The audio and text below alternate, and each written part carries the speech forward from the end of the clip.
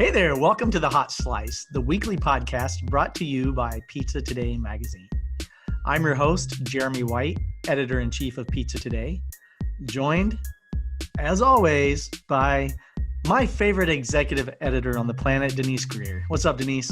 Hello. Of course, I'm your only executive editor, but I still like the recognition. I still like to be honored in that way. That's cool. You just deserve it so much. I know. So, Denise, our guest today is John Cesarano. John's family owns King Umberto Pizza in Elmont, which is on Long Island in New York. Yes. John's family's been involved since, I don't know, I want to say the 80s. We'll ask John when we get him on. I believe it's dating back into the 1980s. And after John got out of college, he ended up kind of signing on, so to speak, as a partner and now has ownership in the business as well. Absolutely. And it's a cool story of a family-run pizza business in arguably the greatest pizza city in the world. I don't know, arguably, really. There's not much to argue about, really. No, not at all. But, so John is also a face a lot of people, if you've been to Pizza Expo, if you've been to Pizza Impasta Northeast, you probably maybe remember seeing his face because he's definitely been quite the competitor at the challenge areas. He brings a lot of fresh energy to the industry. He's always being innovative and just always trying to up his game, which I appreciate. And I love that about the young talent coming up in this industry because they are just bringing so much new excitement to it. Yeah, I'm glad you said young talent. John is a rising star. Would you agree? Absolutely. Yes. You know where I'm going with this. Look at that beautiful cover. Absolutely. This is the cover of the June issue of Pizza Today magazine. For those of you watching, this will be in your hands very shortly. Absolutely. The cover pops, but inside the issue, we preview a number of the industry's rising stars. These are young go-getters who are bringing about change and just flat out awesomeness in the pizza industry. And John is one of the people that we interviewed for this and that we feature. He is truly a rising star.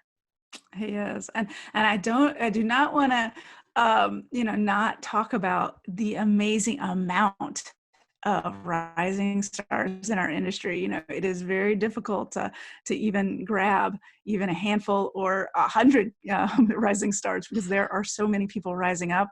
But these are folks that we've kind of looked at and said, well, they're doing interesting things and they're definitely upping their game all the time and bringing something new and fresh to the industry. And we wanted to kind of honor that. Absolutely. And just like you said, there are so many.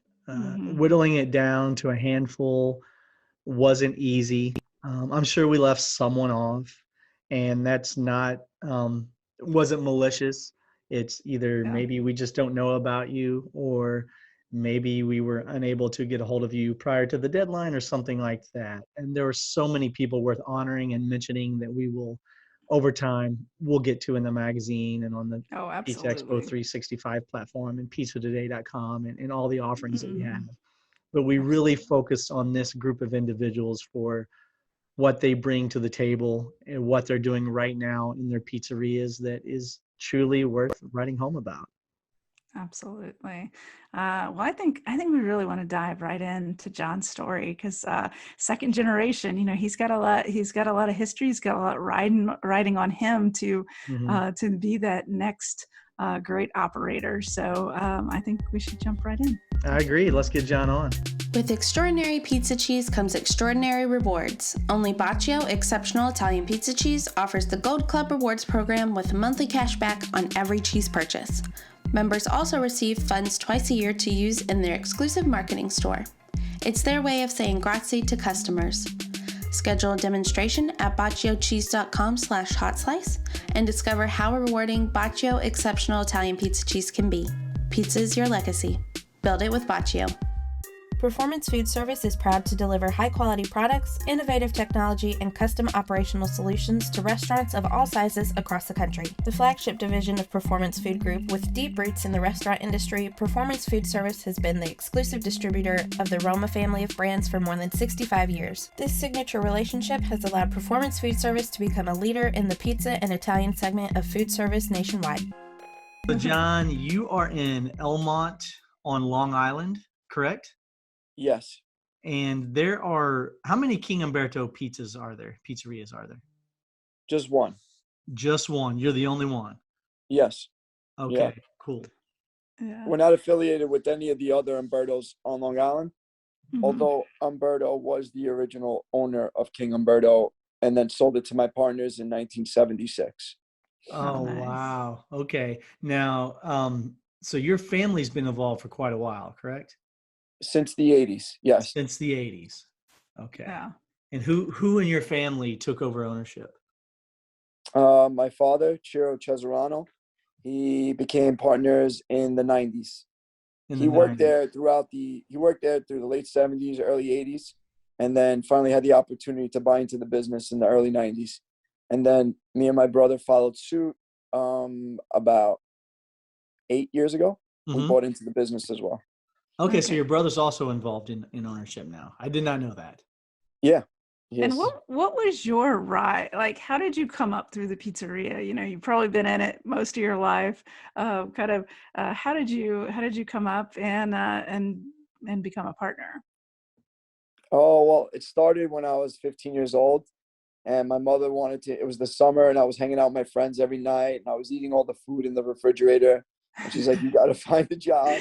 And of course, where else would my first job be other than King Umberto's? So, it was just like, I got brought up in the family business type of a thing.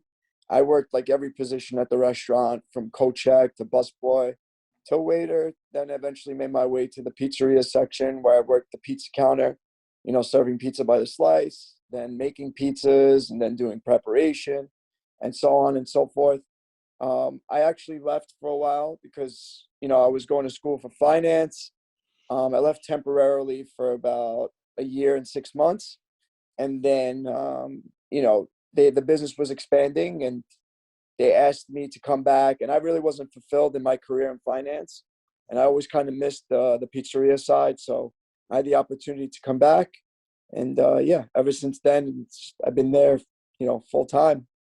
Yeah. Nice. You probably brought a lot to King Umberto's with finance, with your finance background too, as well. Yeah, it definitely helped. You start looking at things from a different perspective once you work in an office setting. And, working with numbers every day, it helped, as well as, I also did an undergrad in marketing, which, I could definitely take the skills that I learned from my undergrad and all the undergrad courses I took in marketing and apply them to the business. And I still do to this day. So. Yeah. Yeah. Now, Johnny, that's a Scars Pizza shirt you're wearing, isn't it? Hell yes. That's my man. I'm a big fan of Scars Pizza, Yes. and I know Denise is as well. Oh, yes. We both stopped in there a handful of times before the pandemic shut down all before pizza times. travel. We're big fans of Scars and what he's doing there. So I take it that you've been into the city and had a slice or two there before. Yeah. Well, I mean, you guys know this more than me. Opening up against in Manhattan, when everything went from like Sparrows and the 99 cents and fast food pizza to all of a sudden people like Scar opening up this pizzeria on the Lower East Side, which I think changed the landscape and influenced so many other pizzerias to step up their game. And Long Island it's New York, obviously, but the city and Brooklyn and Queens and the boroughs is where like everything happens first, and it moves very fast. So in order to find influence and improve my product at King Umberto's, what I would do is on my days off, I would do my research and, find places like Scar and go there and try their pizza and be like, wow, this is really amazing. And again, how can I apply this to my business, make my product better, and at the end of the day, make my customers happier? So if it wasn't for Scar and a lot of other places in New York, I doubt you would have such a great renaissance of New York City and New York pizza in general. Now it's coming to Long Island now as well, where everybody's using different flours and experimenting more with their dough and, you know, doing more research and what they're actually serving to the customer. Mm-hmm. So, yeah. I would think that that learning, the ever learning mentality that you just described probably helps you out. I know that you like to compete. You take part in the International Pizza Challenge at times, at Pizza Expo, things like that. Are you competing this year? I haven't looked at the roster of competitors yet. No, unfortunately, I'm not. Unfortunately, I'm not going to be able to attend this year. There's been an expansion going on at my pizzeria. Yeah. Where it's like all hands on deck. Yeah. And a lot of the labor force is still collecting unemployment, so they're not coming back to work yet. So we're kind of shorthanded and short-staffed. So now I'm working more than ever. You know, just stepping away from more of the management owner position and just like getting back into, you know, making pies, helping service the counter, helping them make dough and all that kind of stuff. So it's been a little bit difficult, but you know what? It makes you appreciate the employees that are coming and showing up to work and working hard every day. And it just makes you appreciate what you have. How many employees do you have at King Umberto? Right now we have about 60. Okay. 60. That's between full-time and part-time. And would you describe that as short-staffed or normal for your business? It would be normal if we wouldn't have done the expansion in the back. We added 250 more seats. Oh, wow. during the pandemic. So right now we're trying to use the same staff, a little bit less actually, because again, a lot of the employees have yet to come back for whatever reason, and try to increase the volume, which could be difficult at times. So, you know, it's a good challenge. Yeah, it is. That's quite an expansion, Denise. 250 new mouths to feed at one time is substantial. We've been hearing people cut their dining rooms, and you guys went all out and expanded yours. How can you tell us a little bit about kind of doing that expansion? Because I know you stayed open, you're still operating. What was that like, trying to balance both an expansion and daily operations? It was discouraging at times. Yeah. We're like, what are we doing? But my oldest partner, who's been there since day one, his name is Rosario Fischetto. He's always been very bullish, and he's always been, you know, move forward, keep moving forward. If we get knocked down, we're going to fight back 100 times harder. So if it wasn't for him, like, he's our leader. So we looked up to him, and if he can do it, and he's in his 60s, and he was showing up to work, working hard every day, and he believed in the company still, and he believed in the product at King Umberto's, then why can't we? And we're like 30 years younger than him. So he's been a big influence on me and my brother and the whole King Umberto staff, because, you know, he's just, he's been great. And he, through his leadership and the way that he was dedicated to it, it's influenced and inspired us to keep pushing forward as well. That's awesome. That's outstanding. So great. Yeah. Very inspirational for sure. You know, as a second generation operator, you've brought a lot of new energy and new excitement to the business. Can you kind of tell us a little bit about, those things that you get excited about and that you've really kind of pushed to the forefront at King Umberto's? Of course, yeah.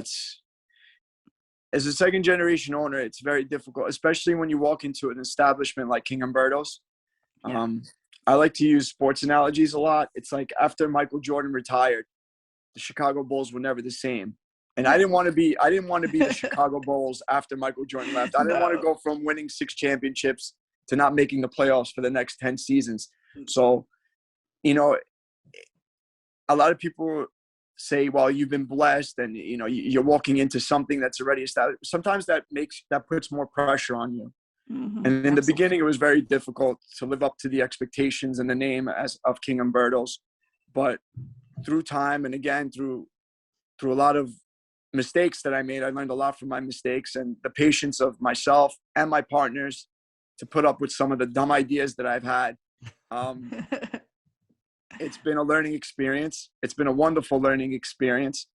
And again, just what's going on in New York and what's going on in the pizza scene, not only in New York, I should say all over the United States and all over the world, and how this information is so easily accessible now through, social media and the internet and, outlets such as yours. It's like, why not give it a shot? Why not try to do something new every day? And why not try to improve your product? And to me, it makes it exciting. When I wake up in the morning, I like to, to be inspired and to go into work with some type of a motivation. I don't want to get stagnant. I don't want to get stale. I don't want to get boring, because once you start doing that, that's when, things start to decline. Yeah. So I'm always looking for ways to improve, whether it be a new dough formula or just a new product. And for me, once I learned that, it gives me this energy, and I think I spread that energy out to my staff once we introduce it, and it just creates a whole good vibe and a whole good energy within us. And I think the customers appreciate it. I think my employees appreciate learning new stuff. I think it keeps them on their toes. It keeps me on our toe. It keeps me on my toes, and it keeps King Umberto's fresh. It keeps that freshness that I think restaurants sometimes they lack. After being in business for so many years, especially a successful one, it's very easy to fall into the trap of, oh, okay, we don't need to do anything. We could just ride this out. Yeah. But I don't believe in that. And my partners don't believe in that. We don't believe in riding things out. We always believe in pushing the boundaries and getting better. Yeah. Tradition is great. It's truly fantastic. But sometimes the worst answer you could give someone is, well, this is the way we've always done it, so this is why we do it that way. And that doesn't mean because it was a great way 30 years ago that it's still the best way to do it today. So good for you for always pushing forward. I want to hear about some of these what's the dumbest idea you had? You mentioned that you had some silly ideas that your partners would just kind of what's the absolute dumbest thing that John came up with for King Umberto? Dumb ideas that I had. I was giving out, well, first of all, it was a free slice sticker. It was like a slice reward sticker. Mm-hmm. Uh-oh. That was, somebody could duplicate it through a copy machine. So that was probably the dumbest one. Like 1 week we had like 100 new kids coming in there for a free slice of pizza. I'm like, oh my God, what did I do? I was like, I've never seen these people before in my life. They definitely didn't get this here. It was like a rewards program that I tried to create. Yeah. New really marketing though. Yeah. You know how hard it is to get a new customer? There you go. You've got new customers by them faking the but hopefully they came back. Yeah, you kind of have to respect that. Growing up in the Napster age where you used to download free music all the time and always try to scheme, you had to respect it. You had to respect the hustle that these kids were doing. Yeah, the player recognizes the player, huh? Is that what you're saying? Exactly. Yeah, game recognizes game. Exactly. So how many of those kids, after they got their free slice, ended up coming back and becoming customers? Quite a few. Yeah. See, there you go. Then it worked. It wasn't a failure. It was awesome. We're surrounded by where we're located. We're centrally located between like 3 high schools. So it was a good opportunity to make relationships with the younger generation, because the younger generation eventually turns into the older customer and that stays there. And then, they bring their parents in, and then the parents like the food. And the next thing you know, they want to cater a party, or they want to order pies. They want to order 10 pizzas because of a graduation, because this is where my kid comes after school to have a slice of pizza. And it has meaning, pizza has meaning. So we try to establish relationships with the younger generation. Whether it be through sponsorships of little league teams and stuff like that, to doing stuff like we're just donating pizzas to the schools for after school sales so they can raise money for their prom and whatnot. We love doing stuff like that. So it didn't end up being the worst idea I had. I think I had a lot more worse ideas as far as like, I was always focused on trying to create new products and just focusing on toppings, like an avocado slice. And it just, I've never had an avocado slice, I don't think. Yeah, I don't think you want to. At least not mine. I don't know about anybody else's, but you definitely didn't want to try mine. That kind of stuff. Did you cook the avocado? Was it cooked avocado? It wasn't. Okay, it was not. It was like an avocado. It was like an avocado salad slice. Oh, okay. That's a California Cobb, right? California Cobb pizza. That's what it sounds like. So it might have been. I didn't know what it was, and it lasted like a day, and that was it. That's awesome. Wow. What do you think is the best thing you brought just knocked it out of the park? You know, I've seen your pizzas at the show, at the competitions, and it's like drool worthy. Look at that. You know, what's something you've brought to the table at the restaurant that just went over like gangbusters? Didn't go over like gangbusters at first, but I want to say the Roman style, the pizza metro, has really caught on over the past few years. That when I, you know, after learning from my mistakes and realizing that you don't always have to do something different with toppings, you can also do something different with dough, and taking the time out to go to other pizzerias such as Scars. I studied at 2 weeks at Castel with Roberto Caporuscio, and I learned about different flours, different hydrations, and all that stuff. It brought new light to me, which I tried to, you know, bring to King Umberto's. And I think the one idea that I had that was a home run is the Roman style, the pizza metro that we do. Do you feel like it's becoming, because we've kind of seen that, you know, we saw it with Detroit, we've seen it with a couple of other styles, but I feel like Roman is on its upward trajectory to kind of be that next big style. Do you kind of get that sense, or do you feel like it's still kind of regionally in pockets? It's getting there. It's getting there. I think even if they don't consider it Roman, I think a lot of the new square slices you see, like the highly hydrated, they're Roman influence. Yeah. So like now you might see a Sicilian, which someone might call like a square slice, and you could tell that that's definitely more than 70% hydration, or that's definitely using a pre-ferment, or you're not using just a regular flour for that. So I think you might see more of the Roman influence than you'll see of the Roman pizzas. That makes sense. Yeah. Now, what's it take to bring a Roman style to your menu? You know, that's adding probably a whole new dough, a whole new procedures. You know, what does it take to add the Roman style into the mix? Hard work, dedication, and just constantly just like believing that this can work. That's what it took. Really, that's all it came down to. A lot of late night phone calls with a lot of my pizza peers who I'm like thankful to have in my life. People like John Arena, Miguel D'Amelio, Massimo from Linda Street, people that I was calling at 1 o'clock, 2 o'clock in the morning after throwing out 2 dough batches. You know, like, what did I do wrong? What should I do? Is what I'm doing right? That kind of stuff. That's what it takes. And just giving out some of it to, you know, I had to not beg people to try it, but, you know, you come in, you order a regular pie. Oh, here, try a slice of the Roman, you know, tell me what you think type of a situation. And then it just got into the right hands of the right people. It got some press behind it, and then the rest was history. Now it's one of the most popular selling pizza items that we have on the menu. Oh, that's awesome. Outstanding. That's great. Hey, John, you probably haven't seen this yet because it just got to my house today, but this is the June issue of Pizza Today. And I don't know if you can see your name here on the cover. Holy shit. Rising stars in the pizza industry. Yeah, man. Flip one through the page. Congratulations. Oh my God. 48. Here's the Rising Stars feature. And let me find this. Yeah, he's on there right there. Who's this good-looking fella right here in Long Island? Huh? Who's this fella right here? Thank you for your contribution to this issue, for taking the time to answer our questions and tell us a little bit about yourself and what you're up to on Long Island. We appreciate you very much. Thank you. I have tears in my eyes. Thank you. Oh, wow. Well, I can't wait for you to see the actual issue in your hands then. Getting it soon. That's awesome. I'm going to cry now. I know. I'm over here. Like, Denise, John, and I, proud members of the Backwards Hat Club. I did not wear a backwards hat today. I'm sorry. When you want to be cool, you know what to do.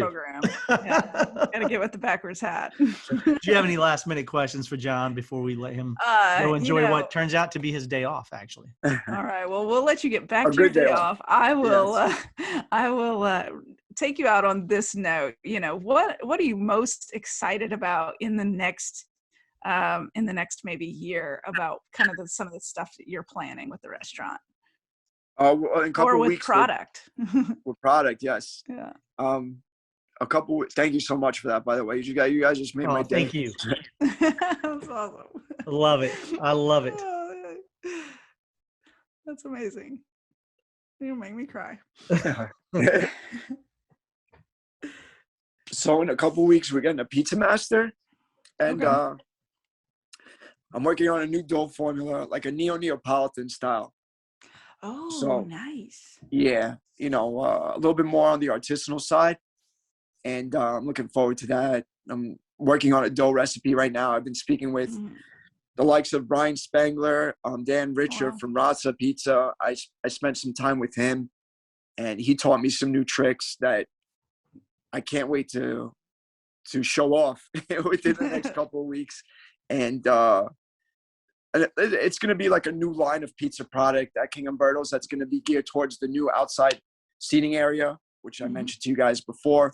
And I'm really excited about it. It's just the process of making mistakes. That's what I'm looking forward to, because I learned a lot from making my mistakes. Mistakes is where it's at. That's where you learn the most, I think. Yep. That's cool. Well, maybe we'll see you though at Pizza and Pasta Northeast. Maybe. I think I'll make my comeback during that time period. I hope. That's great. Oh, that's great. Beautiful. Well, John, good luck on the expansion. Keep us posted on how it goes, and thank you very much for being so gracious with your time today. We appreciate it. Absolutely. Thank you, guys. Thanks, I appreciate John. it. You made my day. Thank you. I love it. I love it. You made mine as well. You have a lovely night. All right. Take care. Good night. Thanks. Good night. See you guys. Bye.